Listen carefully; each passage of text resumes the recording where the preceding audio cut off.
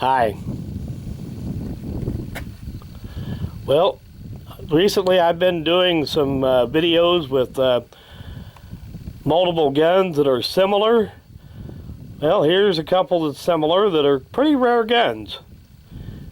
Now these might look like Magnum Research BFRs, but these are actually D-MAX revolvers. The D-MAX revolvers were the predecessor to the Magnum Research guns. I believe Magnum Research eventually bought them out, and near as I've ever been able to find out, only about a couple of thousand were made under the D-MAX name. Now this bottom one here is the D-MAX Sidewinder, chambered in either 45 Colt or 3-inch 410 shells. Does have a screw-in choke for the 410 shells.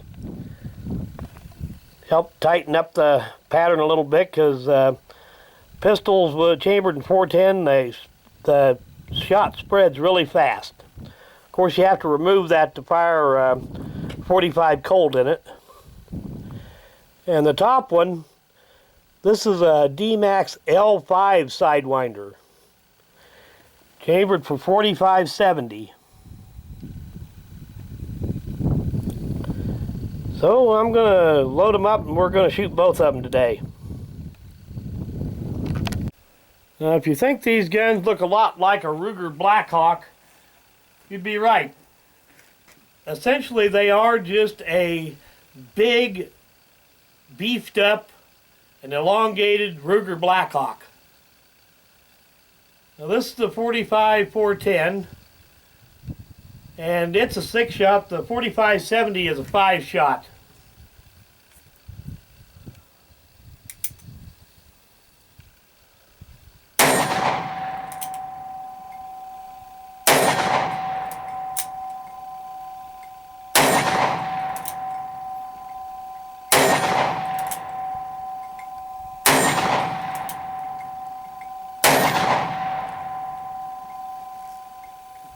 Recoil isn't too bad on it, but it is a big, heavy gun. It helps soak up some of that recoil. 45-70 kicks a little more.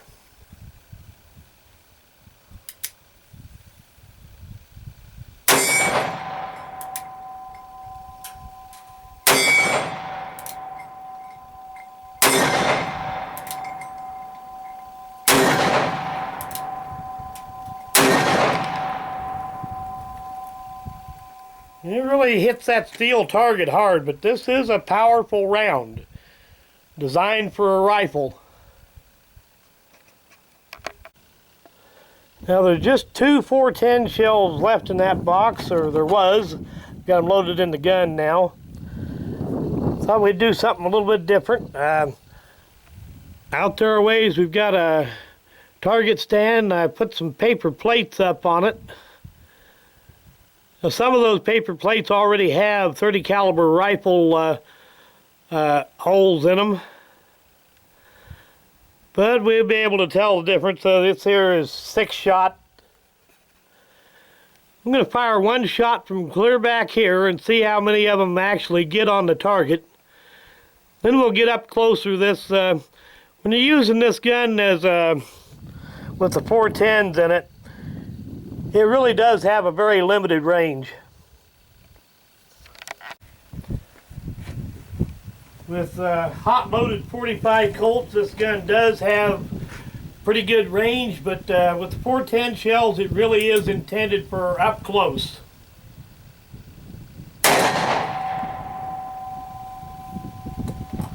Now we'll go have a look at that target and see what we got, and then we'll try that other shot from a lot closer. Well, that first shot was from about probably close to 30 yards. And it did get a few pellets on the targets. Not many. But I didn't really expect it to get many on there, and I didn't even really expect it to be that good. You wouldn't get near that tight of a pattern on a, say, from a tourist judge or something like that. But anyway, I'll get this gun up here a lot closer and we'll try it from about 20 feet on these targets over here. Outside of that one pellet there, there's another one there. I don't think many of the pellets from the first shot got over onto these targets. Okay, now we'll try this last shot from about 20 feet or so, and that's about the distance that this gun was intended to be used with Force 10 shells.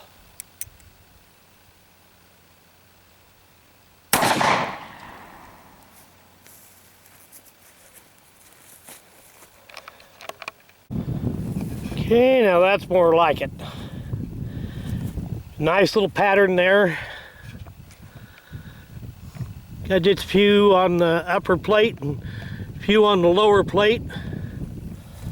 Those plates are about, I suppose about 10-inch diameter.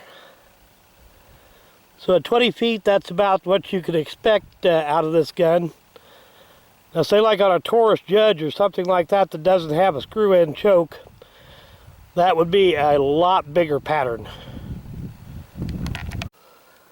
Well, these D-MAX guns are big old beasts. They started out being manufactured in Bagley, Minnesota.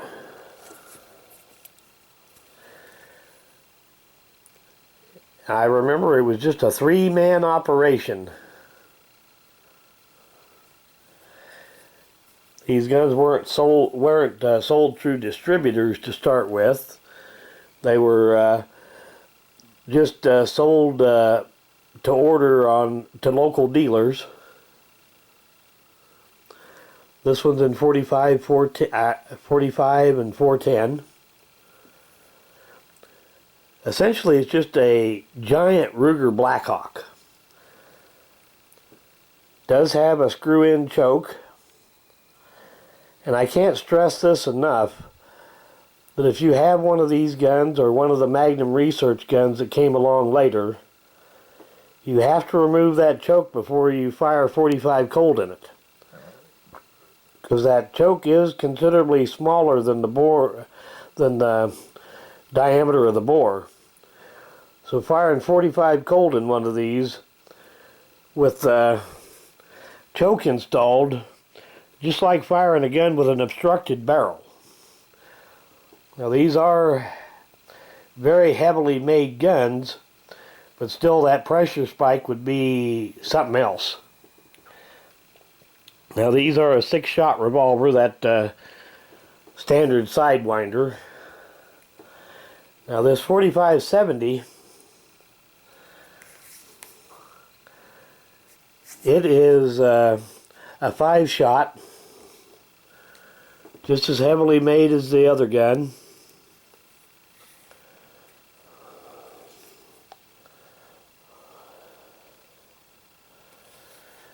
And you can see that they used a different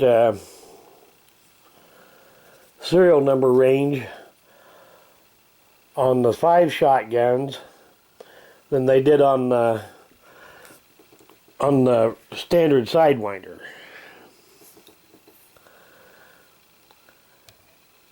When these first started being made, I remember seeing serial number 3 at a gun show, where they were trying to drum up a little business when they first started out. And later on, they tried to mass manufacture these and moved to South Dakota and opened a factory. And before too long, Magnum Research just completely bought them out and started manufacturing them under their own name.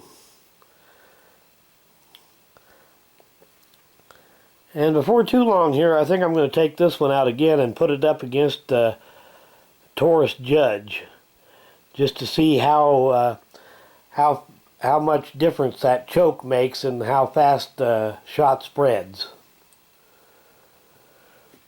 The choke should help quite a bit, but still it has a rifled barrel, so your shot is spinning. Your load of shot is spinning when it comes out of the barrel, and that just helps spread the shot that much faster than it would out of out of a smoothbore gun. So that'll be a near future video. I'll take this out along with the Taurus Judge and fire them, say, at 20 feet or something, and see how much smaller the pattern is with the Sidewinder than it is with the Judge. Well, thanks for watching.